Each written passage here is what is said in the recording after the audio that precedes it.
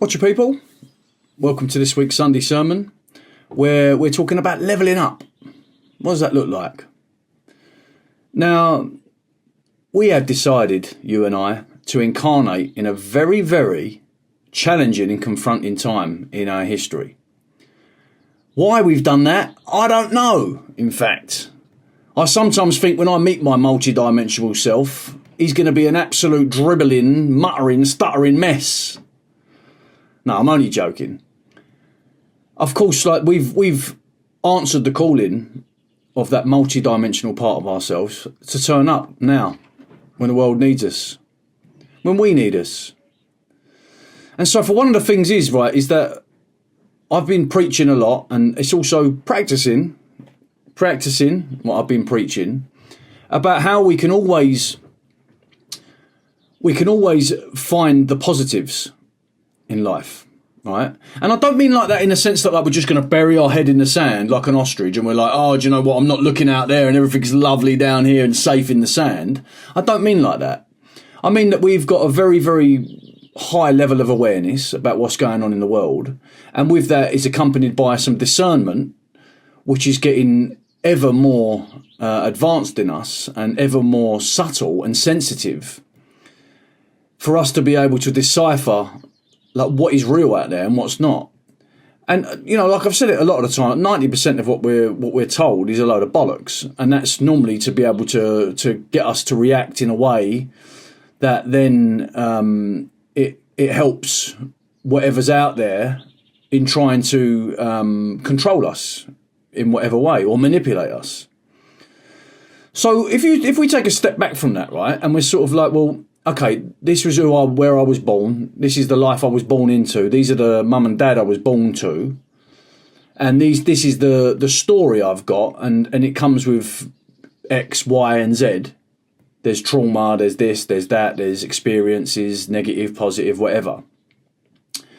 And I just feel that like if we're able to offer ourselves like perhaps like a more of a neutral perspective, then we can just see that stuff for what it is, right? It's just data, yeah. And I'm never ever trying to dilute or deduct from anyone's suffering or trauma or negative or sad experiences. Never, you know, because you know I've had my own, I've had many. But I also know that like the more that I'm able to see that stuff as positive, as stuff that has forged me in real deep fires, then it's made me so much more resilient. It's made me so much wiser. It's made me so much more compassionate, so much more loving. So I look back at all of that stuff, right, and I'm very much struggling, really struggling to see the negative in it anymore, you know. And of course, look, we can. I think the sad thing is that a lot of people they identify so strongly with their story and they marry it, right? And then what tends to happen, they're not able to differentiate between what is this story and what is just stuff. And so the attachment becomes so strong, then it's almost sort of like this repeating narrative, which more often than not, it stagnates people. It keeps them in a very, very recognizable pattern that they've been in most of their lives. And often in a way, like even though it might not seem comfortable, because it's the known, it is comfortable. It's a comfortable space to exist in because there's no surprises.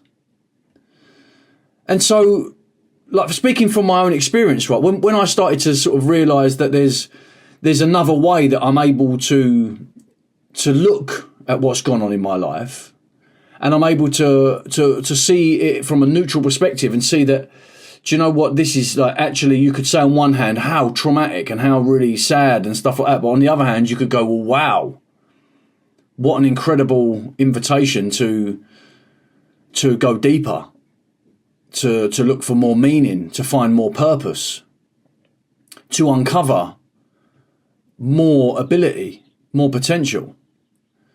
Because very often we are at our best when we're made to feel uncomfortable.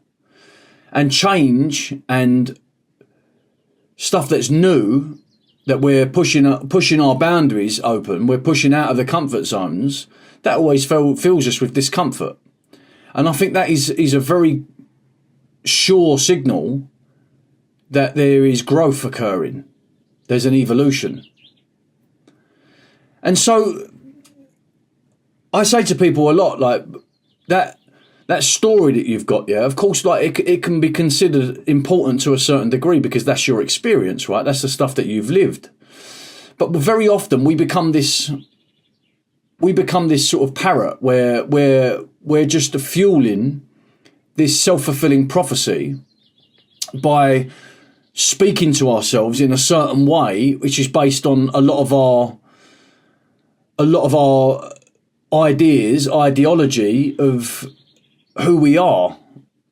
And then that's it, right? That's like we put a lid on it and we just go, right, well, that's me now. I've been compartmentalized. I've been put in this box and I can't go any further than that box. And I feel to myself like that's a really sad thing, right? Because people believe that. They believe that story. And look, that story might be very strong, right? When you've had significant role models in your lives that have been repeating that stuff to you. You know, like stuff about being unlovable or having low self-worth, or you're stupid, or negative labels, or negative abuse, physical, sexual, whatever. It's all very, very real, and it's very, very sad. It really is. But at some point, I believe all of us are invited to take a step out of that story. And then to be able to look at it from a fresh perspective that says, well, okay, well, this is it, right? This is what I've got to work with. Now, instead of doubling down on the negative repetition, the negative programming that has gone on to solidify this identity, how about I try and find a way to transmute it? And I believe in every situation that's possible, right? I really do. And it takes time. It takes an element of discipline. It takes commitment. It takes us being able to have a certain amount of self-inquiry, a certain amount of self-discovery. And the whole time is sort of kind of having faith and trust that there's something bigger going on than us. And the reason I say that, right, is because I look at my own life for an example, and I feel like everything that's ever happened to me, it's taught me all of this stuff that through experience I've been able to get a hell of a lot of wisdom. And through that experience, I've been able to subconsciously hone a lot of the skills that are present in my life today, that have me turning up in the way that I turn up. And the skills, the experiences and the skills that I've learned along the way, they are very much prevalent in my life now. And I believe it's because at some point I felt like, do you know what, I'm going to stop seeing myself as a victim. And I'm going to stop looking at my life as like, oh, poor me, and oh, I wish that wouldn't have happened. And instead, flipping that coin to say that I am fucking glad that happened, that needed to happen, because X, Y, Z. And of course, like we've all got our own story, right? We've all got like our set of circumstances that, of course, appear incredibly real to us. And there's like a lot of heavy baggage and a lot of stuff that carries with that, right? And I know that someone might be watching this and they're in a different situation to I am, and you maybe be feeling that, you know, my situation is incredibly real, and it is. It is. But there is a fine line. There's a real fine line about how we react to that situation, how we react to this deck of cards. And I feel like if we're able to transmute that stuff, to transform it into something beautiful, then I truly, truly believe then we start to be able to uncover what we're here for. Like the meaning starts to show up. The purpose of our life becomes evident. Because a lot of the stuff that we're learning or unlearning is now making way for our calling, for what we're supposed to be doing here. And I'm not I'm not one off here. I'm not an anomaly. Now the eagle-eyed amongst you might think, hold on a minute, there's been a costume change. That's because, right, I was rattling on for a good 25 minutes, maybe a bit more. And once I finished the Sunday sermon this week, the same thing happened that last time. The file was corrupted. So I'm going to have to look into a different software, I think, because it's funny for me that I'm talking about how to not let things get to you and to see the positives in stuff. And then I'm delivered a wonderful invitation. Last night I didn't feel like that. But this morning we can pick up where we left off. So what I was saying is that what we're repeating to ourselves very often can fortify a story, an old label, an old way of seeing ourselves. And like I know from my own, like I said, from my own evidence, but also many stories. Like you could just go onto the internet and spend some time looking at like the miracles that what people call miracles, where people have been told they're never going to walk again, or they're never going to see again, or there's like so many different things. And I actually, in my personal experience, I've met people who've been told that they're never going to walk again, and then they've gone on to be boxers. You know, there's so many stories out there. I feel like what that internal dialogue, when we're able to transmute that, and when it becomes positive, when it becomes powerful, I don't think there's anything that can stop us. You know, I really believe that. I think it's so important what we're telling ourselves. You know, what version of ourselves we're feeding. There's that wonderful meme about the wolf, the old Indian, American Indian, Native American, a very profound thing about the two wolves. About there's one wolf which is full of negativity and fear and worry and paranoia and suspicion and threat. And there's the other wolf that is full of happiness, and it's full of endeavour, and it's full of courage, and it's full of contentment. And the little boy asked the chief, like, which wolf's going to win? And he says, the one you feed. Or no, which wolf will survive? And he says, the one you feed. And that's kind of it, right? You know, we've got those two parts in us. There's no doubt about that. And we can say perhaps there's whatever that other source is, that unwanted guest, cowardly, hiding, the spineless fucking shadow hiding in our earth somewhere. It plays a big part in fueling that darker side of us, that negative side. And of course how that shows up in our lives and in our story and in our experience, in our past, in our history, is very real. But at some point I feel that we can take a step back and we can say, do you know what? You're not having me. And then if we apply that to the outside world as well, right? Because then that's like, first of all, we start with that with inside. And when that starts to transmute and we start to go, do you know what? This is actually a really, really great lesson I've got here in front of me. You know, this is a really great invitation. And look, I know what's probably going to happen is that many people are watching this and they're thinking, well, you don't understand my situation, Danny, because I get that, right? I get that a lot. I do one-to-one sessions with people, and I do, you know, sometimes couple sessions with people. And like, I can very often, there's an element of sort of like, well, when I'm saying this stuff is that we just have to flip the switch. And of course, like that takes a lot of habitual training, yeah, in ourselves. It takes a lot of patience. It takes a lot of real discipline and observation in our lives and in the way our minds are working and what we're telling ourselves and what we're doing. And but like ultimately, like we could just flip that switch and things start to be able to shift then. But when you tell people that, because they're so identified and they're so attached to that story that they don't want to hear it almost. It's like, no, this is me, mate. This is me. This is what I'm stuck with this. This is my fucking cross to bear. And in fact, it's not. But just on the other side of that, sometimes it's just too, the unknown is too daunting, because we've got so comfortable in that skin that I just feel the other part of it is just too, very often too terrifying to let go of.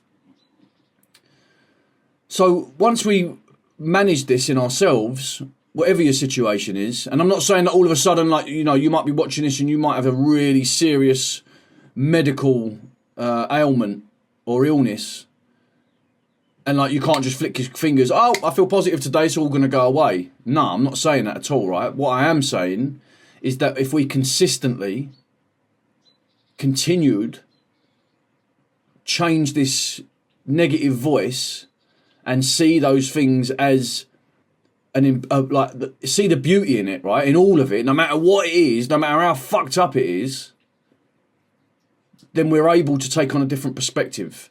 Then we're able to find moments of joy, moments of happiness, moments of contentment. And they get more and more, they show up more and more, those moments, the more we're able to continue feeding that part of ourselves. And then once we feel like we've got this feeling inside, then what happens in the external world? Like when we look outside and we look outside, we look at the sky, the wonderful artwork in the sky, and we're like, fucking hell. Like we can see that as like, oh, we're being poisoned, and oh, we're not going to be able to breathe soon, we're going to run around in gas masks, and we can really dive deep into all of the fucking stories and all of the hypothetical fears. Or we could say, right, well, that's probably not good for me. So that's probably, from what I've seen, you know, I can see that there's probably in that stuff, there's a lot of toxic heavy metals. So let me get a little bit more of an understanding on how I can detox, how I can support my body detoxing. Your body's automatically doing that anyway. However, you can support it in lots of ways to speed up that process, to make that process a bit stronger. So that's like straight away, that's a different reaction going on there, isn't it? Right? Instead of reacting in a way of like, we're reacting, going, okay, all right then, let's have it, let's go. And we can do that to everything. Like we can, another big fear that I hear collectively at the moment is about the digital IDs, and I'm fucking furious about digital ID and about biometrics and stuff. Really furious about it, because I like to travel, you know, I like to go home and see my people. And that is really bugging me at the moment. But instead of me sort of like allowing myself to sort of be like, oh no, there's nothing I can do about it, I'm straight away like, what? I'm going to figure this out. And I'm in the process of figuring it out. And I've shared what that process looks like, you know, with Alexander Middleditch's Sovereignty Masterclass, when you're able to status correct, take complete control of your fictional character, your straw man, and then you can dictate the terms of how you show up in the world and how you interface with society. So again, that's another way of looking at it, right? Instead of going, oh fuck, we're fucked, because I do so many videos and the responses like I get is that's the response, right? Oh, we're fucked, it's over. And it's like, that's what they want you to believe. That's what they've sold you, right? That is, and when I'm talking about they, I'm talking about those fuckers hiding in the showers. You know, the old nonce behind the curtain with a big booming microphone. He's making everyone terrified and scared and living under an illusion of disempowerment. And the thing is, it's all a load of bollocks. But what they want you to believe that. They want to show all these movies and all these plans and all these hypothetical fears, and 90% of the stuff that we're seeing on social media, or the alternative media, which is not alternative whatsoever because it's funded and controlled by the same fucking people. The whole thing is about this hypothetical fear. You're not going to be able to go anywhere. You're not going to be able to do anything. It's like, fuck off. Do you know what I mean? I'm not buying into that. The minute you allow that in, they go like, oh my God, we're fucked. It's like that. Well, that's what they want, isn't it? Just handed your power over. You pulled your pants down, bent over, and you've been shafted. And for me, that's not where we're going at all, right? It's about like saying like, do you know, fuck that. They're not having me. And if you start your day off like that all the time, it's like, fuck that, mate. They're not having me. They can't kill me. And because they can't, can they? Even if they walk in here right now, put a gun towards my head and blow my brains over the wall, I'm still not dead, am I? Left my body. Body's a bit fucked. My brains are over the fucking wall. But I'm not, am I? What I really am. They can't kill me, can they? You know? So like all the fear is just like, I just feel like I'd never give into it. And just be like, no. Every time it comes up, we go, no, mate. Fuck that. And that's not, I know like people will go, well, don't reject it too heavily because then it can become you. But it's not even a rejection. It's just like, fuck off, mate. It's awkward. Go away. It's like a pest. You know? Pest, like a little pest flying around. I go, fuck off. You're not even on my radar. Go away. You know? And so if we start to flip that coin and we start to see the world and all of its trials and tribulations as we just see it as another invitation to get even more stronger, even more informed, take on a deeper meaning for life, deeper purpose, and able to then get to the point where we just realise, listen, we're in service and we're here to help each other. That's it. And that's the thing about levelling up, right? Is that like that's when you get to that point and you stop then like what I'm saying is, and like people don't like to hear this again because we're married, we're identified, we're attached to the story. Yeah, people don't like to hear this, and I'm sorry. I'm sorry if this is. Well, I'm not sorry, but I am empathetic to the trigger that this might be causing in you. All right, I'm not sorry because this needs to be said. Because it needs to be said to me as well, and I'm saying it to myself right now. In fact, on this screen, I can see me, so I'm saying it. Danny, you've got to fucking drop that story. And I go, all right, I know I've got to drop the story. I'm trying. I'm doing it. Because it's not helping. It's just not helping. So I think like one of the things about levelling up is like we can go like, oh, we've been playing this fucking violin our whole lives, and it's time to go, do you know what? Putting that away. I'm going to put that away. And I promise you, if you're able to continue to do that, and of course, listen, it's not going to happen overnight, all right? This is not, there's no magic pills for this. There's no fucking magic Harry Potter wands that are just going to change everything. It takes diligence, you know? It takes an element of commitment. It takes like you have to be eagle-eyed ninja to how that's fucking playing out and what that looks like and what you're doing. And the thing is that once you start it, right, it starts to propagate, right? It constantly propagates all the time. So you end up in this situation where you start to you feel better, so you start to take care of yourself better, and because you start to take care of yourself better, you feel like, do you know what? I feel better, you know. And then that goes up, and then you're sort of going, well, I feel really good, and well, maybe I can try a bit more of this. I've got a bit more energy for this, and a bit more for this, and we just keep going like that until we get to the point where we're just flying all the time, thriving in this situation. And of course, look, it's peaks and troughs, isn't it, right? It's not always going to be, woo! Like, I have days sometimes where I'm still like, whoa, mate, I'm as flat as a pancake. But then when I feel like that, I'm just like, well, look, that's okay, I can be flat as a pancake. It's going to be very nice being flat as a pancake today. I'm going to curl up in my duvet, watch some films with the kids, and just relax. You know? Be kind to myself, give myself what I need. So, and then all of a sudden, bang, you're back again. You're like, well, hey, here we go. And then you're back thriving again. And even in the moments where you don't feel like you're thriving in some way, as long as you're taking self-care.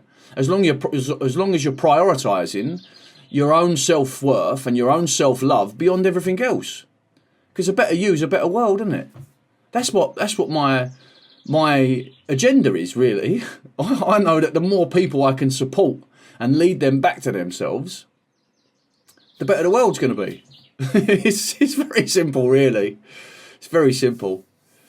So, apologies for the fucking break in the transmission today. I'm sure Neil's going to do something very lovely with that.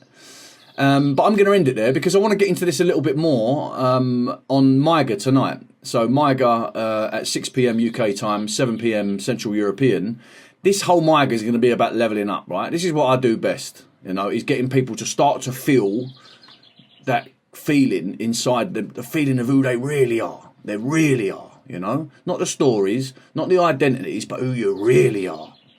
And when you start to grab hold of that, when you start to build a relationship and a connection with that, nothing can stop you. And that's what we all want, isn't it? So, I hope you're enjoying the rest of your Sunday. And I'll catch up with you this evening. Ta-da.